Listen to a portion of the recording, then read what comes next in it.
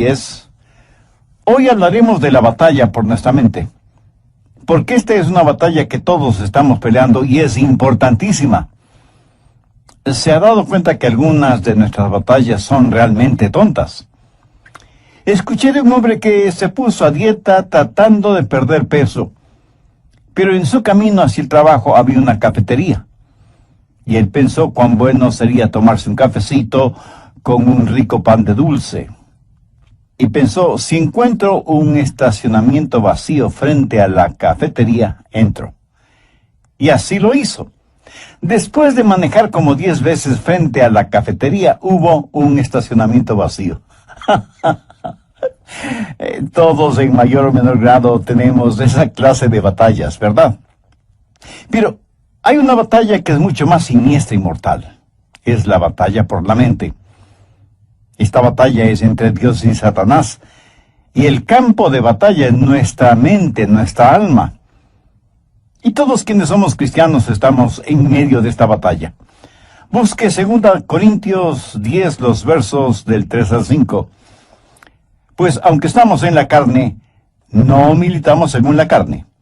Porque las armas de nuestra milicia no son carnales, sino poderosos en Dios para la destrucción de fortalezas, derribando argumentos y toda altivez que se levanta contra el conocimiento de Dios, y llevando cautivo todo pensamiento a la obediencia a Cristo.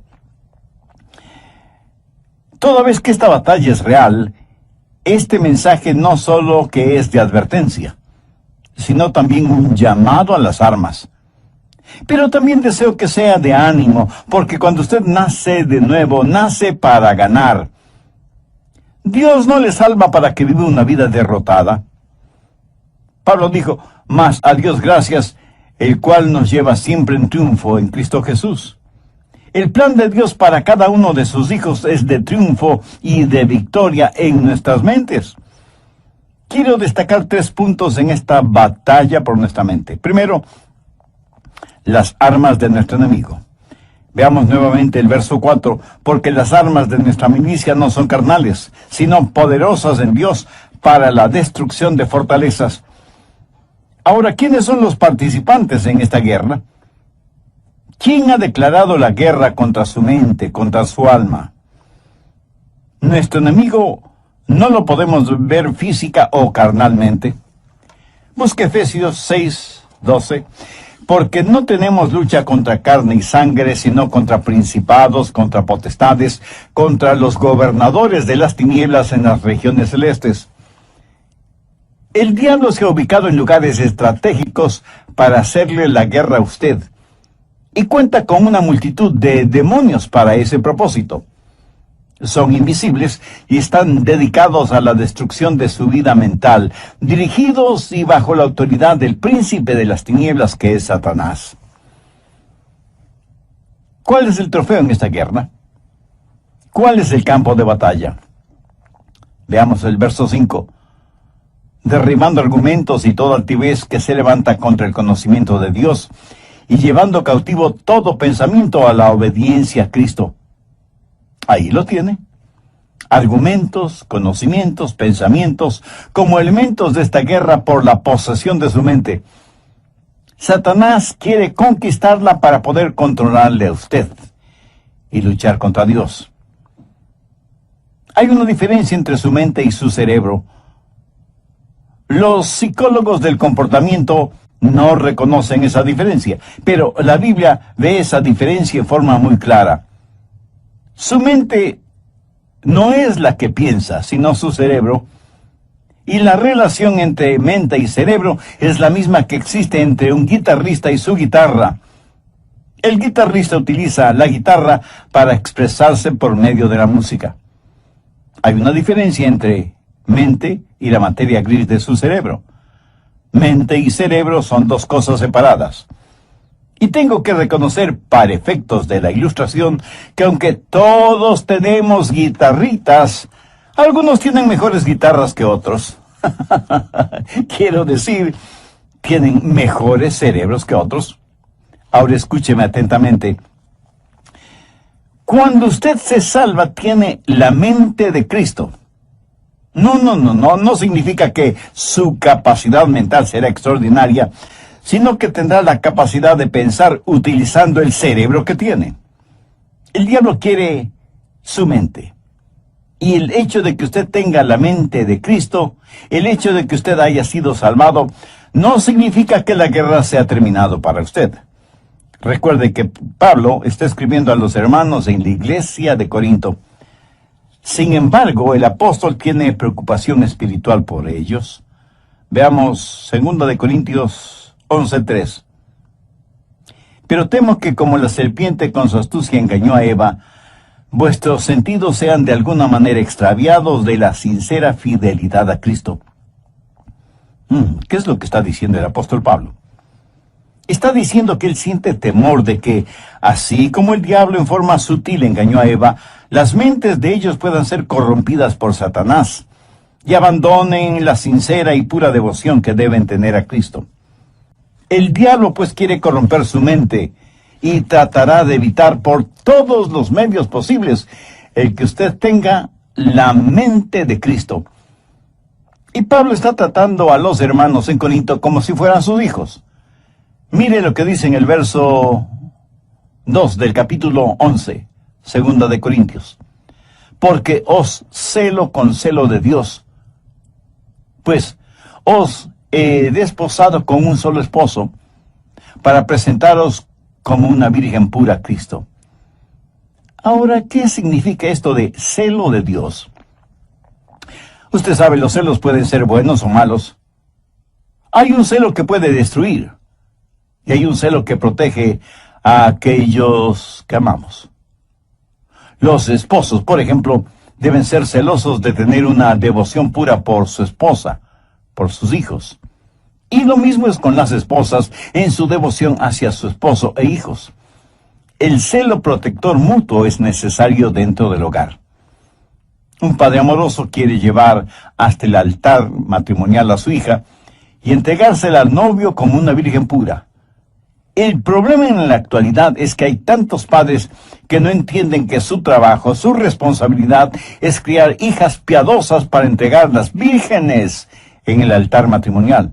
Ese debe ser el propósito de un padre genuinamente cristiano. Pablo usa esa analogía para decir que los hermanos en Corinto eran sus hijos espirituales, eran la novia de Cristo, y que no quería que fueran engañados y corrompidos en sus mentes. Prácticamente les está diciendo, cuando les presenten las bodas del Cordero, quiero que sean como una virgen casta y pura para el Señor. Tristemente tengo que reconocer que no hay suficiente pureza en las iglesias en nuestros días. Tal parece que las novias han perdido la capacidad de sonrojarse frente a las cosas impuras. La iglesia necesita recobrar la virtud de la pureza. Leí la historia de un hombre que vivió en Londres hace muchos años. Se le conocía simplemente como el señor Betts. Tenía un almacén de música. Un día un hombre vestido con harapos entró en el almacén y le dijo, necesito algo para comer. Por favor, quisiera comprar mi violín. El señor Betts le dijo que ya tenía muchos violines. Pero el harapiento insistió, es que estoy verdaderamente necesitado. Por favor, cómpreme el violín. El señor Betts le compró el violín, por lo que en Londres hubiera sido el equivalente de $5. El hombre tomó el dinero, lo guardó en sus harapientas ropas y se fue.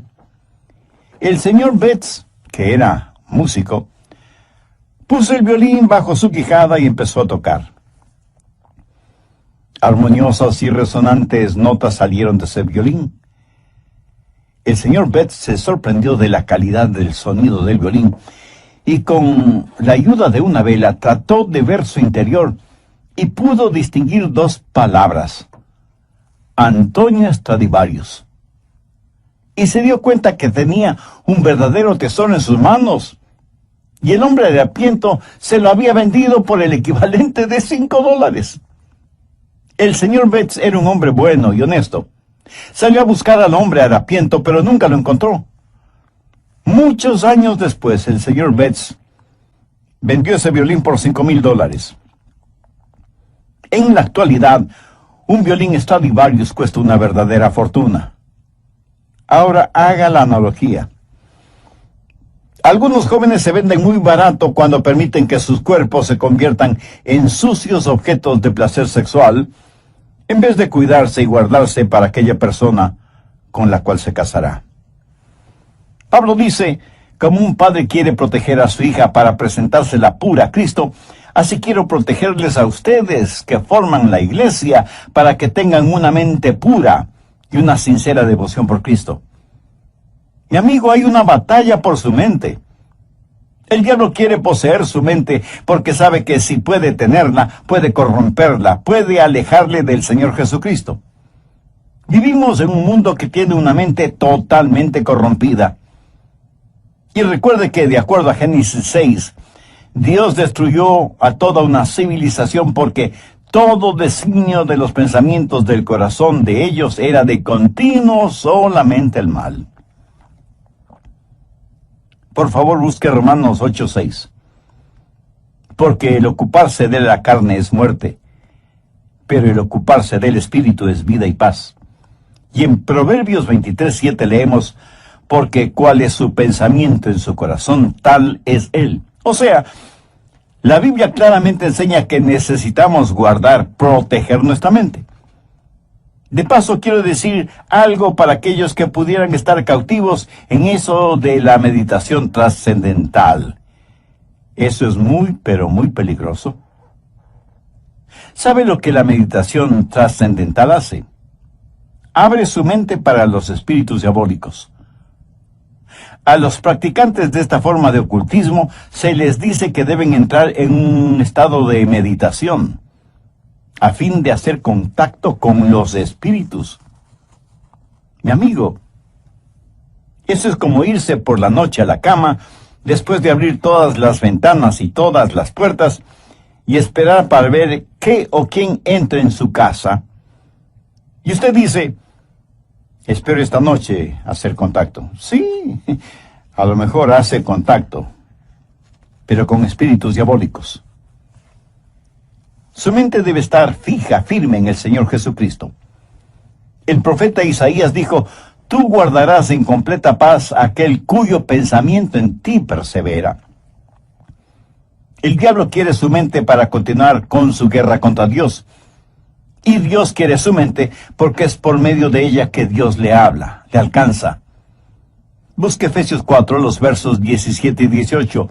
Recuerde que Pablo escribió esta carta a los hermanos creyentes y les dice, esto pues digo y requiero en el Señor, que ya no andéis como los otros gentiles, que andan en la vanidad de su mente, teniendo el entendimiento entenebrecido, ajenos a la vida de Dios, por la ignorancia que en ellos hay, por la dureza de su corazón.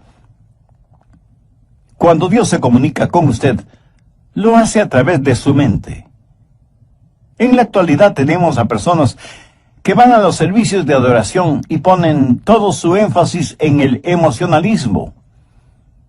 Permítame decir que Dios no se comunica por medio de sus emociones, porque las emociones son la parte más superficial de su naturaleza. La salvación es el trabajo profundo de Dios. La gente se emociona con el ritmo de la música, se les pone la piel de gallina y dicen que han tenido una experiencia con Dios, cuando la verdad es que solo han tenido un hipo emocional. Dios se comunica por medio de la mente, y no estoy hablando de un racionalismo o intelectualismo, hablo de que Dios se revela en su mente, y que Dios nos cambia, empezando con nuestra mente. En Efesios 4:23 Pablo dice, y renovaos en el espíritu de vuestra mente. Ahora, ¿cómo Dios le renueva a usted? En el espíritu de su mente. Usted puede cambiar su forma de vivir, cambiando su forma de pensar. Por eso en Romanos 12:12 el apóstol dice, no os conforméis a este siglo, sino transformaos por medio de la renovación ¿de qué? de vuestro entendimiento. Y aquí la palabra entendimiento significa mente. O sea que Pablo está diciendo que debemos ser transformados por medio de nuestra manera de pensar. Dios se comunica con usted por medio de su mente. Dios le cambia por medio de su mente. Y Dios le controla por medio de su mente. Recuerde lo que dice Romanos 8:6. Porque el ocuparse de la carne es muerte, pero el ocuparse del Espíritu es vida y paz. Dios nos controla cuando le permitimos que controle nuestra mente. Y eso es exactamente lo que quiere hacer Satanás, controlar nuestra mente para poder controlarnos a nosotros. Por lo tanto, la batalla por nuestra mente es real. Segundo, la debilidad de nuestra carne. Y es muy importante el entender esto. En nuestra propia carne, todos somos débiles. 2 Corintios 10:3 dice, pues aunque andamos en la carne, no militamos según la carne. En otras palabras, su carne, o sea, su estado natural, de ninguna manera tiene lo que se requiere para tener un proceso mental correcto. Y porque vivimos en la carne, todos tenemos problemas, desilusiones, enfermedades. Todos experimentamos las cosas mundanas de la vida. Y no piense que porque usted es ya salvo, va a vivir en un planeta diferente, inmune a las realidades de la vida y la tierra. Algunas personas se encierran en monasterios pensando que así vivirán vidas santas. Se cuenta de un hombre que decidió entrar en un monasterio cuya regla principal era el silencio. Podían decir solo 2 palabras al año. Al cumplir el primer año fue llamado por el superior del monasterio, quien le dijo, ya tienes 1 año aquí y puedes decir tus 2 palabras. Y el hombre simplemente dijo, cama dura. Después del segundo año, sus 2 palabras fueron, mala comida. Al tercer año, y frente a su superior, dijo, me voy. Y su superior le contestó, está muy bien que te vayas, porque en los 3 años que has estado aquí, lo único que has hecho es quejarte. Soy Andrés García Vigio. Escuchemos al doctor Adrian Rogers en la voz del pastor Lenín de Llanón en la parte final del mensaje La batalla por su mente. Mis amigos, nuestra batalla no es contra los partidos políticos, ni contra la oficina de impuestos, ni contra Hollywood, ni contra suegros, especialmente las suegras. La batalla de la mente es contra Satanás. Y usted nunca podrá ser más listo que el diablo. Él se burla de nuestros esquemas, ridiculiza nuestras organizaciones, y aunque muchas personas piensan que esta batalla puede ser ganada por medio de la educación, eso no es cierto. Ahora escúcheme, de ninguna manera yo estoy en contra de la educación. Pero si usted educa a una persona que no conoce al Señor Jesucristo, lo único que hará es tener una persona más peligrosa, porque seguirá siendo un diablo, pero bien educado. Antes de ser salvo, yo tuve un amigo que era alcohólico y asistió a varios programas para rehabilitarse, pero luego aceptó al Señor Jesucristo como su Salvador, y esto es lo que él me compartió. Yo asistí a esos programas sin conocer al Señor Jesucristo. Era un borracho consuetudinario, y de esos programas salí siendo todavía un borracho, pero ahora tenía educación. Lo ve, la educación no es la respuesta. Pero tampoco la legislación es la respuesta para la mente. Las armas de nuestra guerra no son carnales. ¿Cree usted que las leyes pueden controlar la forma de pensar de los seres humanos? En la actualidad estamos tratando de tener leyes para controlar lo que pensamos. La ley castigará toda manifestación de odio, verbal o físico. Sin embargo, ninguna legislación puede obligarnos a amarnos unos a otros, o a odiarnos unos a otros. Las leyes solo pueden restringir la maldad, pero no pueden impulsar la bondad. Así que ni la educación, ni la legislación son la respuesta. El medio ambiente tampoco es la respuesta. Pablo dice que las armas de nuestra guerra no son carnales, y la educación, la legislación y el medio ambiente son métodos carnales. Esas son cosas que la gente puede hacer sin el Señor Jesucristo. ¿Cree que si usted tiene un mejor medio ambiente, eso cambiará su manera de pensar? Bueno, solo quiero que recuerde que Adán y Eva se metieron en problemas estando en el jardín del Edén. Y usted no puede pedir mejor medio ambiente que ese, ¿no le parece? Sin embargo, ellos fueron engañados porque Satanás manipuló sus mentes. En una institución mental estaban tratando de determinar si ciertos pacientes estaban listos para ser dados de alta. Los pusieron en un cuarto, abrieron las llaves del lavabo hasta que el agua se desbordó, les dieron unos trapeadores y les dijeron que debían limpiar el cuarto. Si ellos empezaban a usar los trapeadores sin cerrar las llaves del agua, no estaban listos para ser dados de alta. ¿Sabe que eso es lo que estamos haciendo en nuestra sociedad? Estamos tratando de limpiarla, sin cerrar el flujo de agua. El problema está en nuestra mente, porque como pensamos, así somos. Y es de la mente, del corazón, que salen los actos de nuestra vida. En Lucas 6:45 leemos, el hombre bueno del buen tesoro de su corazón saca lo bueno, y el hombre malo del mal tesoro de su corazón saca lo malo, porque de la abundancia del corazón habla la boca. Tercero, las armas de nuestra batalla. Segunda de Corintios 10:4, porque las armas de nuestra milicia no son carnales, sino poderosas en Dios para destrucción de fortalezas. En los días de Pablo había una batalla. En un extremo estaba Pablo, y en el otro extremo, el Imperio Romano. El Imperio Romano había estado en existencia por 700 años, y tenía privilegio y poder. Tenía sus legiones romanas, una poderosa fuerza naval, el Senado romano, la ley romana, y parecía que toda la maldad del imperio estaba atrincherada en Corinto, en las mentes y corazones de la gente. Todo esto en contra de Pablo, pequeño judío, pero con un corazón lleno de Jesús, declarando la guerra a toda esa maldad. ¿Quién ganaría esa pelea? Pablo. ¿Cómo? No con armas carnales. Pablo habla de fortalezas en el verso 4, y se refiere a armas que tácitamente son poderosas en Dios para la destrucción de fortalezas. Las murallas de esas fortalezas iban a ser derrumbadas. ¿Qué clase de resistencia hubo en los corazones y mentes de los corintios entonces y en la actualidad en nosotros? Arrogancia, ignorancia, desesperación. Todas estas son fortalezas de maldad.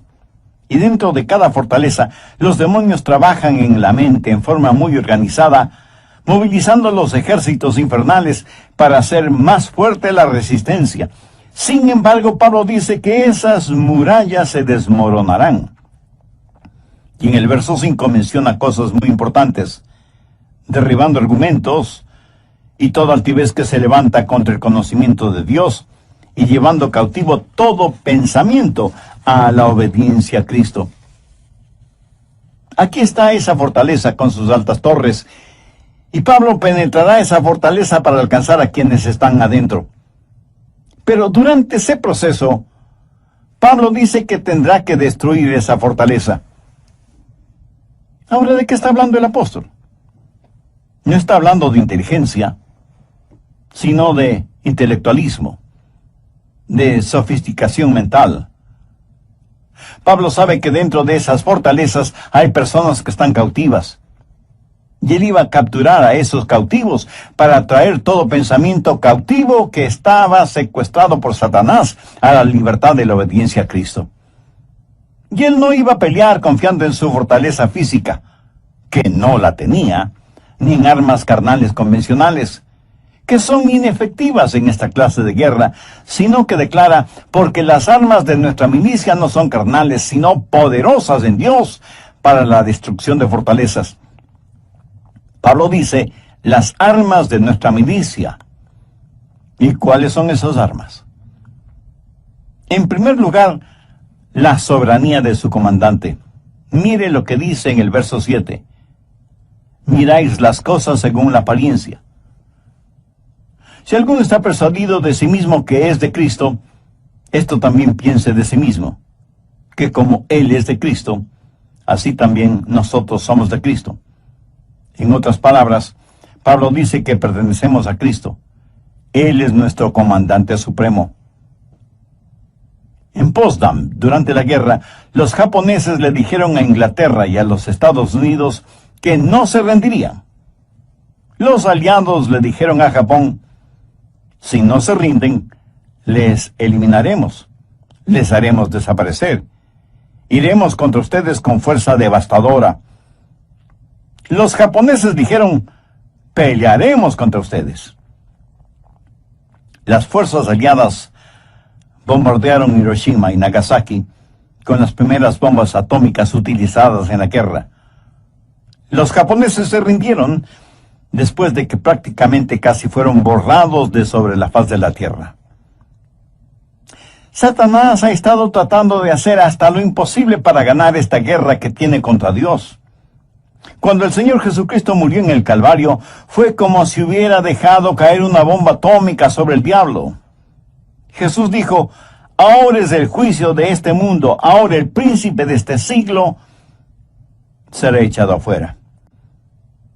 Pero Jesús no solo es nuestro comandante supremo, sino que en segundo lugar tenemos su autoridad para hacer aquello que nos ha mandado hacer.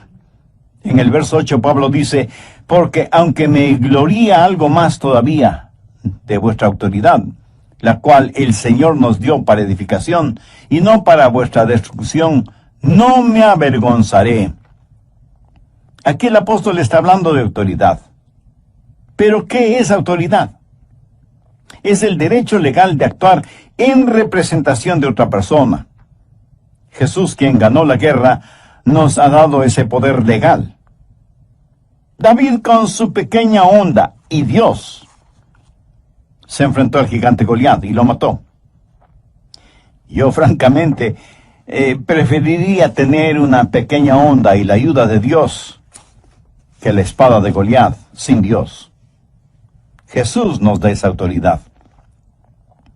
Anote al margen Lucas 10, los versos 19 y 20, que registran las siguientes palabras del Señor Jesús. He aquí os doy potestad de hollar serpientes y escorpiones, y sobre toda fuerza del enemigo, y nada os dañará. Pero no os regocijéis de que los espíritus se os sujeten, sino regocijaos de que vuestros nombres están escritos en los cielos. Jesús dice que como hijos suyos tenemos poder, tenemos autoridad sobre todas las huestes diabólicas, pero que no debemos envanecernos ni regocijarnos por eso.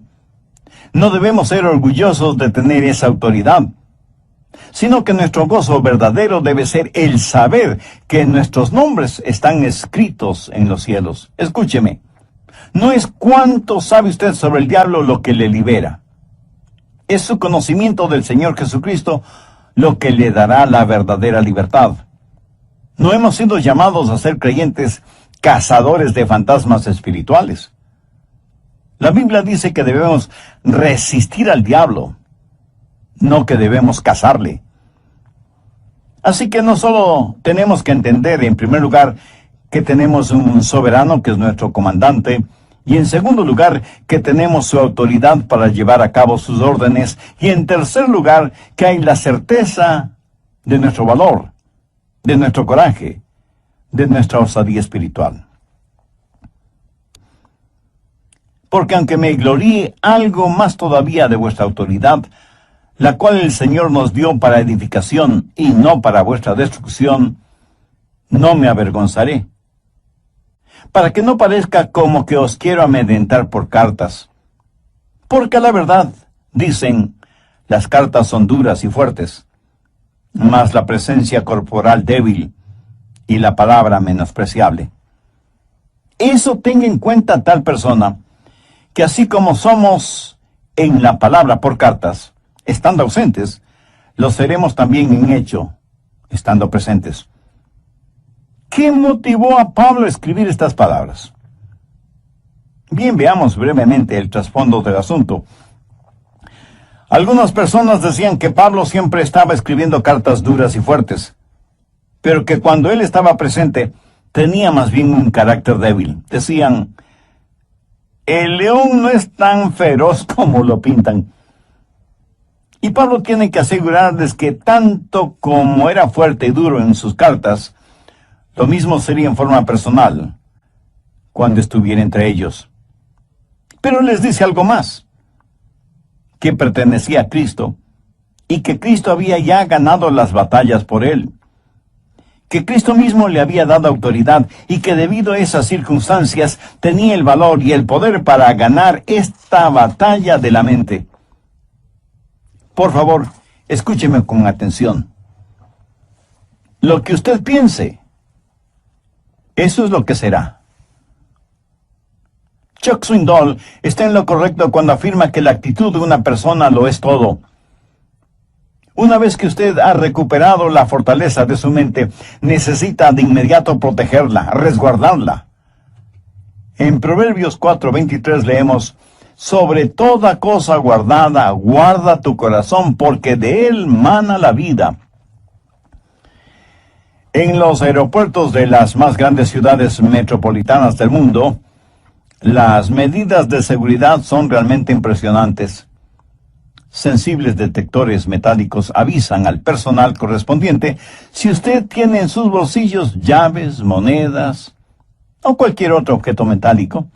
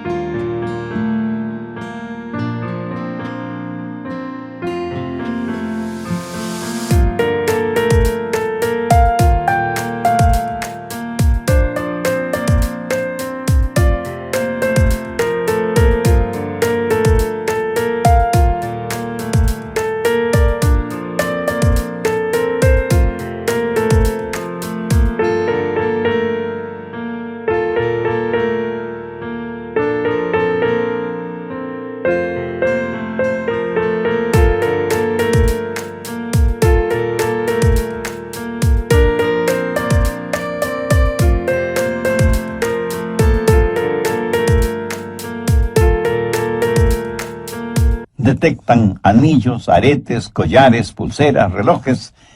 Y en la actualidad las cámaras de rayos X pueden ver la totalidad del cuerpo humano. Por si alguien trata de llevar oculto entre su ropa íntima algún objeto o sustancias prohibidos. A veces pienso que sería formidable el tener esos sofisticados detectores a la entrada de las iglesias para detectar el pecado. Pero si tal cosa fuera posible, estoy seguro que nadie quisiera entrar en las iglesias, ni siquiera sus pastores. En Filipenses 4:8 Pablo dice, por lo demás, hermanos, todo lo que es verdadero, todo lo honesto, todo lo justo, todo lo puro, todo lo amable, todo lo que es de buen nombre, si hay virtud alguna, si algo digno de alabanza, en esto pensad. Podamos pensar en dos cosas distintas al mismo tiempo. Permítame explicar de esto. Si usted está pensando en algo que es bueno y correcto, de ninguna manera puede pensar al mismo tiempo en algo malo e incorrecto. Y usted no tiene que ser inteligentísimo para ver la lógica de esta declaración. Y aunque ya lo he mencionado varias veces, usted es lo que piensa. Proverbios 23:7 dice, porque cuál es su pensamiento en su corazón, tal es él. Proteja su mente. Tenga al Señor Jesús como el punto central de su mente. No permita que el diablo le robe la devoción de su corazón puro hacia el Señor Jesucristo. Viva permanentemente enamorado de Jesús y jamás se avergüence de confesar su amor por Él. ¿Se avergüenza usted de confesar su amor, de declarar su amor por la persona que verdaderamente ama? Estoy seguro que no. Cuando sus pensamientos, su corazón están enfocados, centralizados en el Señor Jesucristo, ya no habrá espacio para pensamientos sucios, lujuriosos, malvados, orgullosos, pervertidos, que constantemente nos bombardean.